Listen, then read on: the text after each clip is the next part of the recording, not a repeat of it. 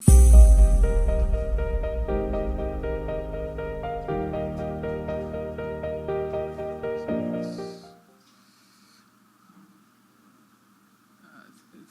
you very much for that introduction. And yeah, I'm really excited to be here. I made sure I was wearing a different shirt from the one in the picture. I've found myself wearing the same thing, and people think that's the only thing I wear. So today, I think, as Benjamin was saying, I'm really excited to be part of the AI community at this particular time when I think there's so much our community can do to contribute to the agenda of improving the well-being of our continent. I think Africans in general, we realize, I think all of us are interested in improving our lot. And this is our particular skill: artificial intelligence, machine learning, data science. And the more we can use it to drive our agenda, the better. So what I'll be talking about today is my own journey in seeking impact. In other words, taking the skill sets that I've acquired through my journey through education and life, and then translating that to what I view as impact. Now, impact is a loaded word because what I find, it's very subjective. But I think at some point we'll find some common ground. So that's essentially what I'll be aiming to talk about. And to be speaking before a lot of students who are participating in the Indaba talk about their work is even more exciting to me. I feel very humbled and honored to be given that opportunity because really the future is in their hands. I wish I could turn back the clock and, have TensorFlow at my disposal and, such things. So I think that it's really an exciting time, and I'm happy to be here. So enough of that. And, well, we are familiar that really AI is changing a lot of things. It's been a game changer in a number of fields. When I was Googling, what comes up when AI is mentioned, the sort of applications that are really ringing in the mind now are things like, speech recognition. You can talk to this device, it understands what you're saying, it makes your order. That a few years ago, that was unimaginable, really, maybe a decade and a half ago. So a lot of advances have happened in that area. We are thinking about something as interesting as a self-driving car. It's working in certain controlled environments, but I'm imagining it in 50 years handling Nairobi traffic, for example. And it's something that is within the realm of possibility. Commerce is totally revolutionized, image recognition, etc. Now, when I look at this, the question I always ask myself is what in my own context, I come from Nyeri, even ancestrally I'm from Nyeri, and that's where I teach. So the question I've always asked myself is, yes, this particular tool, AI, is having a huge impact in various corners of the world. What impact is it having? When I go to the market and I'm talking to this lady in the market stall, how is it impacting her? Is it possible for it to positively impact her? When I go to the farms in Nyeri, etc. And yeah, there are pockets of interesting work happening in AI, and I'd like to, just talk about some that come to my mind. And what I'm really excited about is that a lot of the work going to be talked about by the students is actually is informing me of the interesting applications people are thinking about on the continent. So the big ones, whether they're your favorite or not, is a question for another day, but there's huge interest in things like credit scoring, for example. It seems very big. It seems whether it's of interest to you is a different matter. One of my particular favorites is work out of Makerere on the M-Crops project, where they were doing work in automatic diagnosis of cassava diseases and working with the farmers, working with the national crop labs. So if you don't know the work of the team at Makerere, Ernest Mwebaze, John Quinn, etc. That's something to look up. Those are the interesting applications in my view. And of course, everything a lot of you in this room are working on. So, but I think if I'm honest with myself, it's not as in your face as what you think of when you're talking about Alexa or a self-driving car, or these are the applications which are really at the forefront. Now, the question to me is, how do we get there? Wow, somehow something happened there. A big focus has been on capacity building, and I think rightly so. You know, if you want to cut a tree, spend a huge amount of time sharpening this axe. And that's what we are doing. We are really empowering the next generation. So the capacity building has been in, you know, we have the Indaba, we have Data Science Nigeria. Actually, right in the middle here was a picture of the Data Science Africa logo. Somehow it has disappeared. I think, is that you, Vukosi? So we've been actually very interested in pushing the capacity building agenda. Now, the hope, I think, in the end is that it translates to widely deployed solutions. Because at the end of the day, that's what matters really, is that there are deployed solutions out there. And I believe that these deployed solutions should be touching all segments of society, you know, rural, urban, because Africa is not this monolith. People are living New York-style lives in Nairobi, but in that same city, you have abject poverty. So there are so many axes on which people are living, and it's possible for us to have an impact in all those. And in my community, we say that a fertile field is known by its harvest. If you want to be a bit more verbose, you'd say that, I'd quote Gary Marcus and say that talk is cheap. The ultimate degree of enthusiasm for AI will depend on what is delivered. You know, he's known for sometimes, you know, having this contrarian view, but it's important to listen to all points of view, I believe. So in our context, even as we are so interested in this field of ours, the proof will always be in what is delivered, or in this case, what is the harvest. So I think it seems like I've lost a number of photos. I'm a bit worried about that. All the images seem to be gone. Sorry, so I'm sorry about that.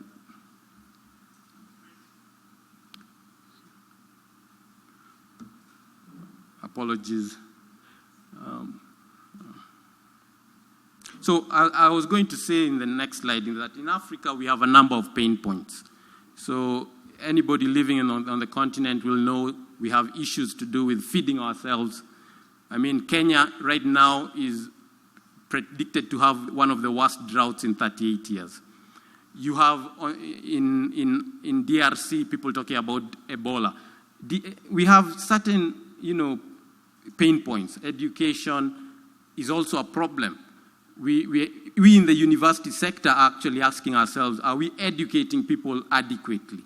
So there are a lot of problems. I mean, you can enumerate a lot of problems. And I believe in each of those, there is a way that our AI can assist. And I believe a lot of the applications you'll be talking about are trying to address some of those pain points. So apologies, I think the slides are totally out of sync. So if we are going to have an impact on those pain points, what needs to happen is that we need to take up the agenda. And we need to drive it forward. And it's up to us who are on the continent to act. And what I was trying to drive by bringing up these global initiatives is examples of when communities decide to act. How do they set about their goals? So you know that since 2000 there have been major initiatives led by the UN to solve, you know, what they view as the largest problems on the continent, in the world, really. And they've tried to marshal the entire world community, to solve these problems. You have the Sustainable Development Goals and Millennium Development Goals. My question is whether, there we go. So that was the DSA logo.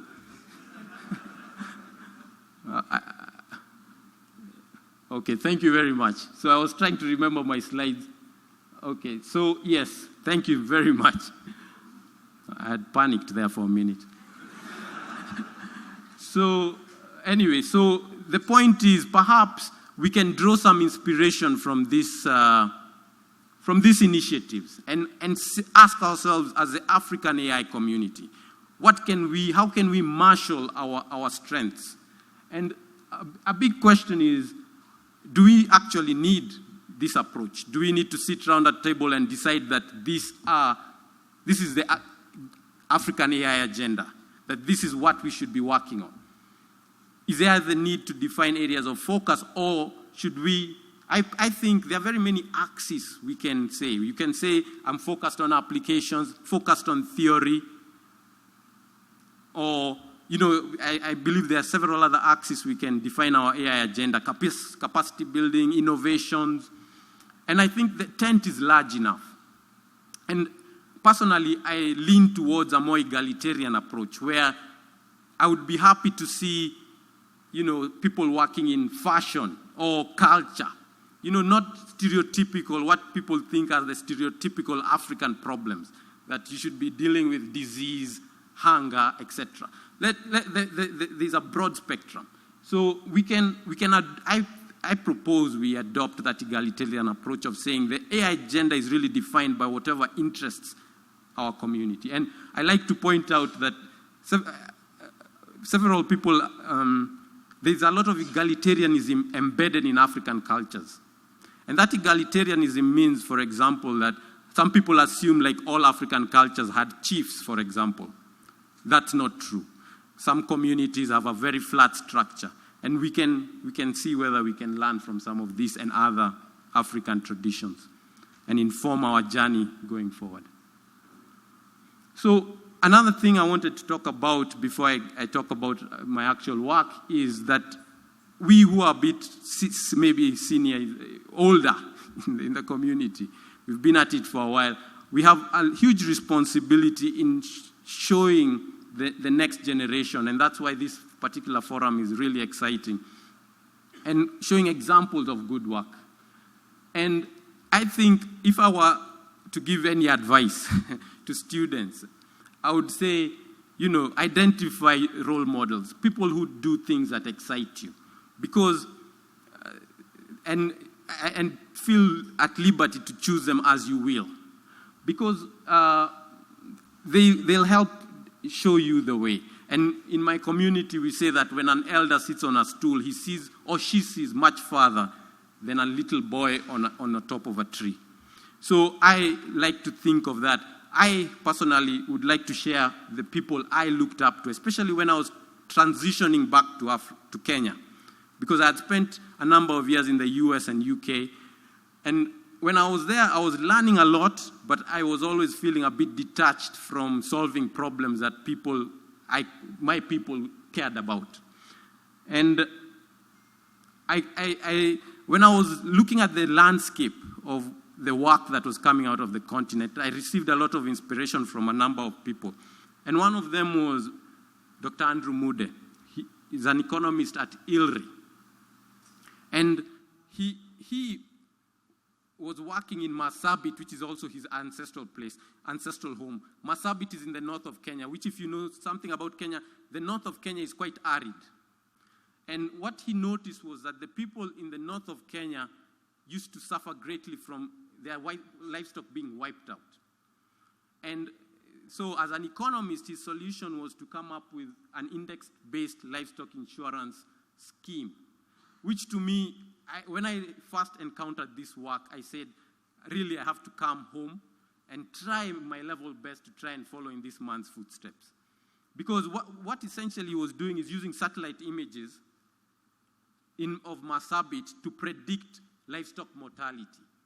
And based on the prediction of livestock mortality, you'd pay out, let's say you're predicting a certain level of mortality, you'd then pay out some insurance, you'd pay out claims, as opposed to the traditional insurance setup where somebody has to show you the carcass, that this is my actual loss, therefore now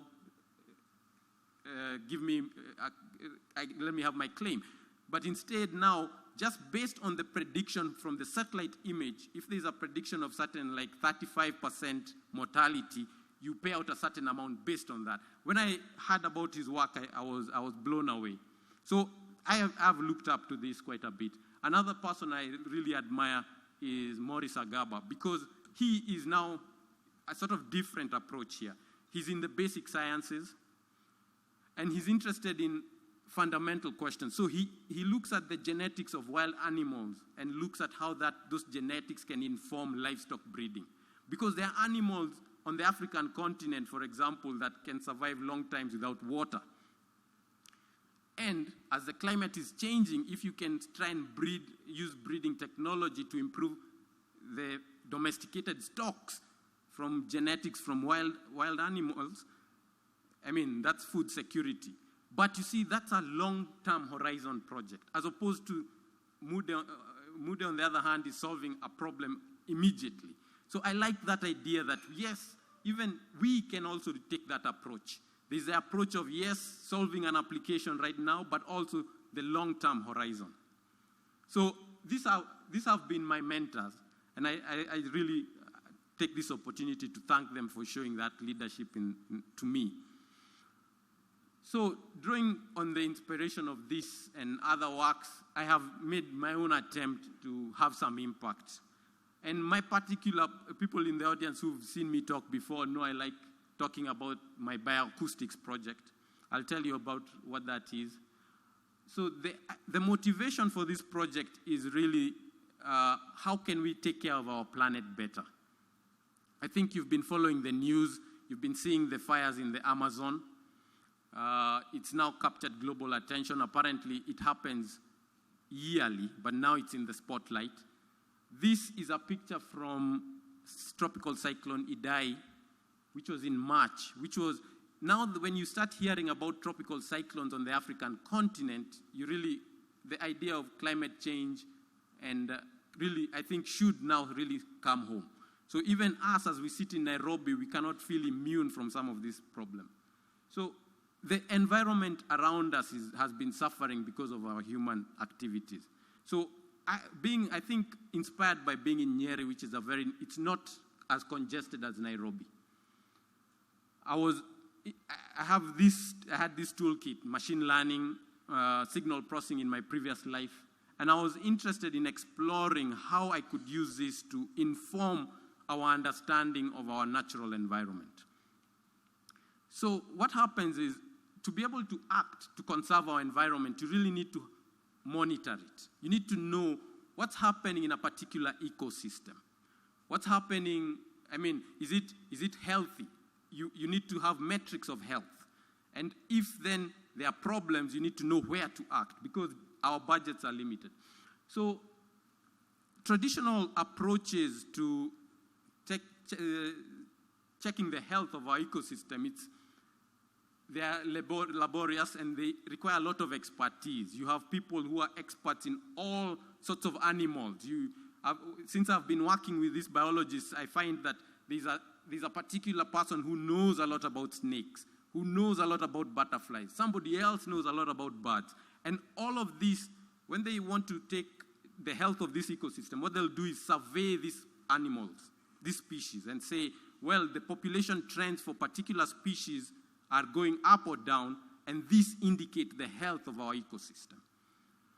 So that's hard to scale. So what often happens is that you now focus on one taxa, or say birds, which are easier to survey than everything, and they are good enough to give you an indicator as to the health of an ecosystem. So for example, if you want to take a drastic example, you have your backyard, you have trees there. There are birds there. If you come and chop that tree down, immediately you're able to tell that something has happened there. So what we do is we monitor ecosystems acoustically. So we mount sensors in various ecosystems of interest and listen to it. And when you listen, you can imagine now how the story continues after that, since you're a machine learning audience. You have the audio, you do machine learning on it, you're able now to do the monitoring of the ecosystem through the audio signal. So those are the projects we've been working on in the Mount Kenya ecosystem, which is in the central part of Kenya. And the idea being, let us get a handle on our ecosystem let us know what's going on before it gets to the point of the Amazon burning, okay? Right.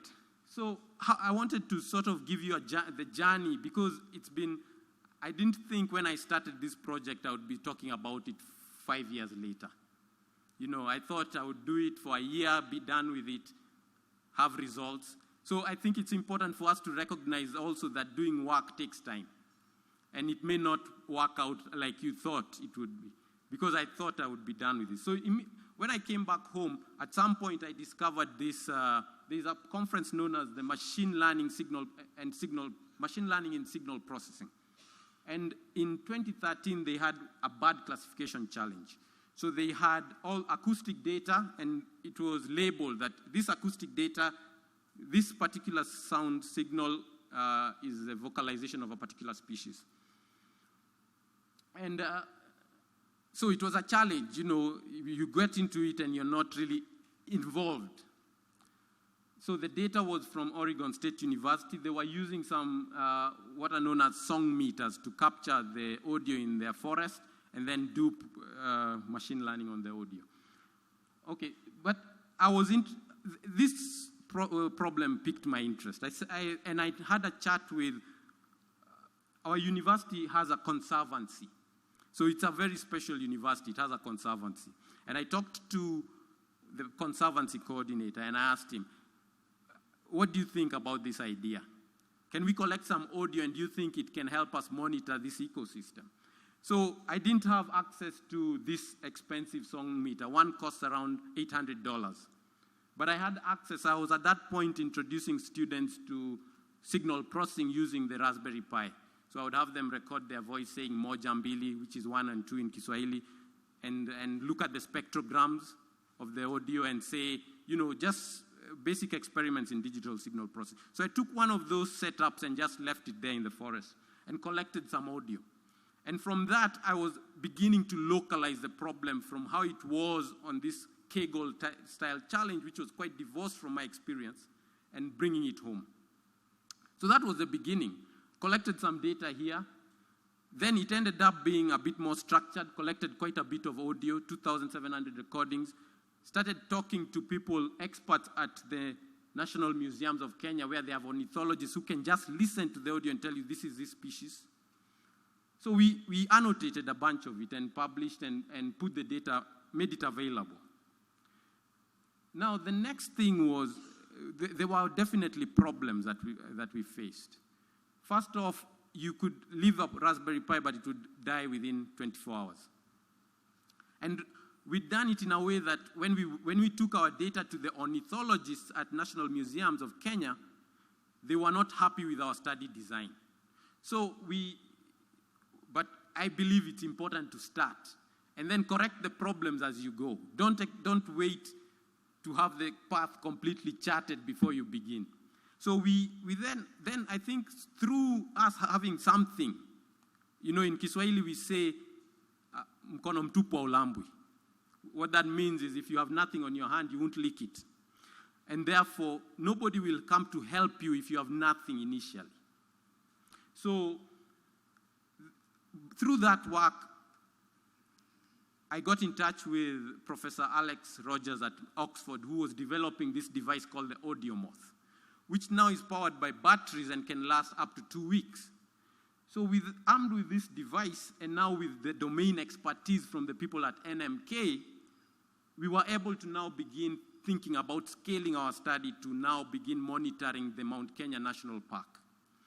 So our conservancy is within the Mount Kenya ecosystem, but it's really small. So we are in Kenya right now. Kenya has a lot of national parks. You may be able to visit a few of them. So like this one here is the Tsavo National Park. Right here is Mount Kenya National Park. We have Aberdare. So if you're planning to do some touring around, you'll probably go into one of these green spots.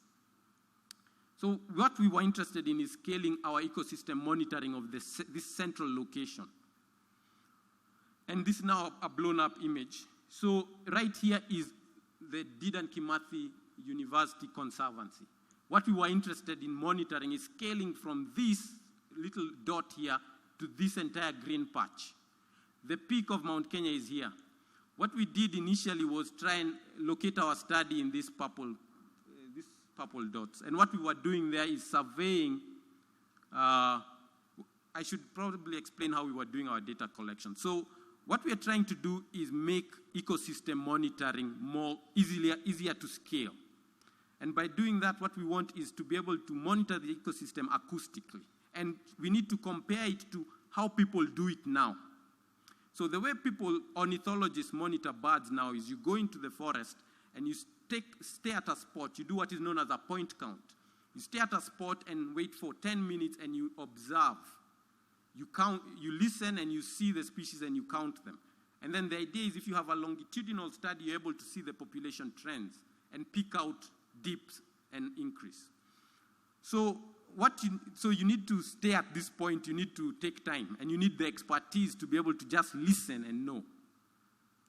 So what we needed to do is actually go into the forest, replicate that study, and do it, and also mount recorders, and then now later compare, do the trends we get from the acoustic recordings and the ones we do with the traditional one match up. And the machine learning will come in processing the acoustic data, the audio data. So so just to recap, so this is the forest. So we are here, this purple patch, blown up a bit. So now these are the dots. So what you do is, sorry, what happened? So you go to a point here, you wait, you count, you mount a recorder, and this is really hilly terrain. We're in the forest, really. What we would do is we would follow like buffalo trails. It's really fun. And beautiful rivers, ice cold. So this is the terrain. Maybe there's a video, Vukosi. I don't know I hope it will work. Uh-oh. That is not Mount Kenya.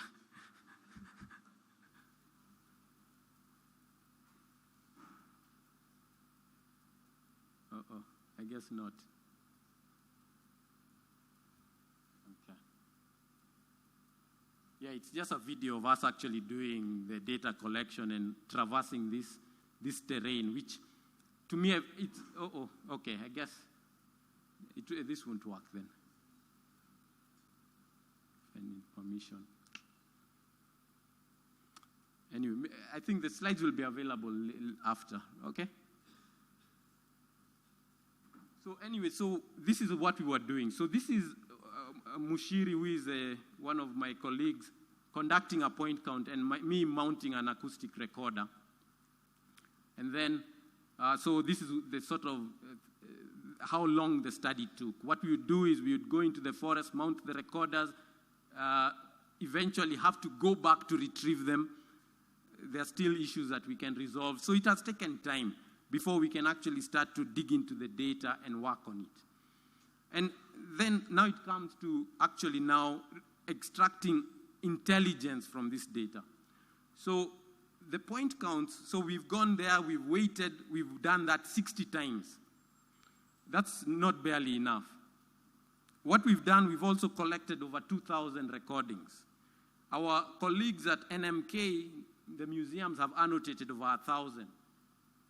And from that data, we've seen 71 unique species. So this is how the distribution goes. There is some overlap between those recorded in audio and in point count. So you see there's a difference.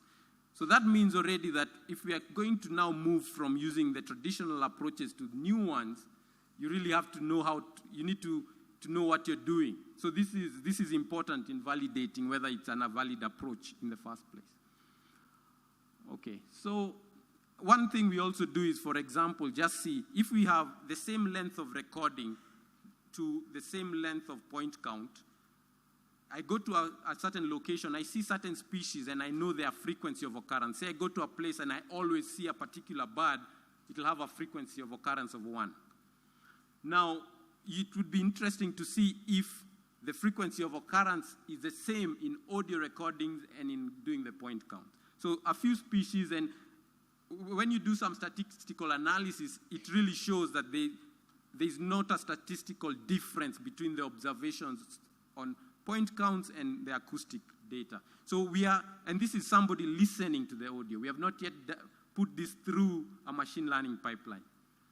We are still to get there. So there are interesting birds that we listen to, we find in our data. So for example, there's this magnificent bird. I've really become, this is called a crowned eagle. And it's an important bird because the International Union of Conservation of Nature says that this bird is near threatened. So we are able to record this bird on our acoustic devices. And therefore, we have the potential to monitor such species that are near threatened. So this is a scale of being endangered. So you have a near threatened, something that you're not really concerned about, and then you can become extinct in the wild. So you're only in captivity. So I wanted to begin playing you. Is it possible to play the audio?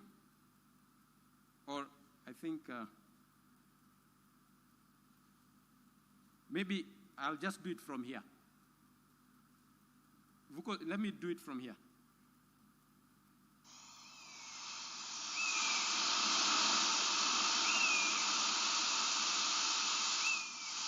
So that's a crowned eagle.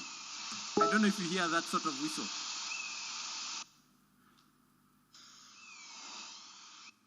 So that's a crowned eagle. So it's of interest. Another bird that we've been able to observe that's also quite interesting is one that's very beautiful. I've never managed to get a nice shot of it, but one day I will. It's interesting because one thing is that this is its entire range. It's only found in Kenya and Uganda and Tanzania.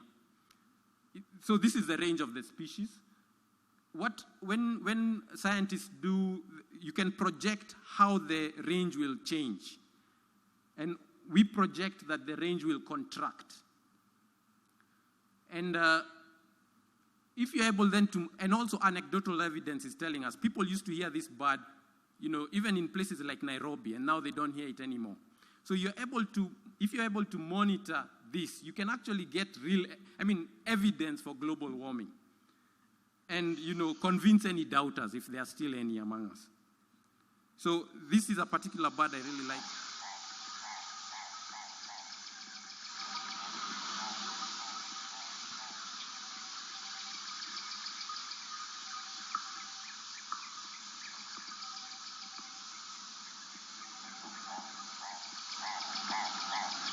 It has that really gruff sound.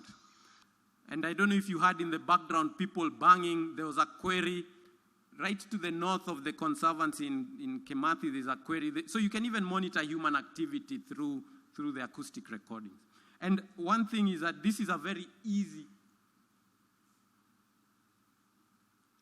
Okay, so I'll continue until I'll wind it up. So you really need to get familiar with your data. And again, another African proverb, you really must stay in a place to get familiar with it. I was recently reading Andre's article about training neural nets, and becoming one with the data is important. So we look at the audio. So it has spectrograms like this. And my point here was that sometimes, if you can see that, I don't know if any of you would say whether, this is a picture of the audio. I don't know, are these the same or not?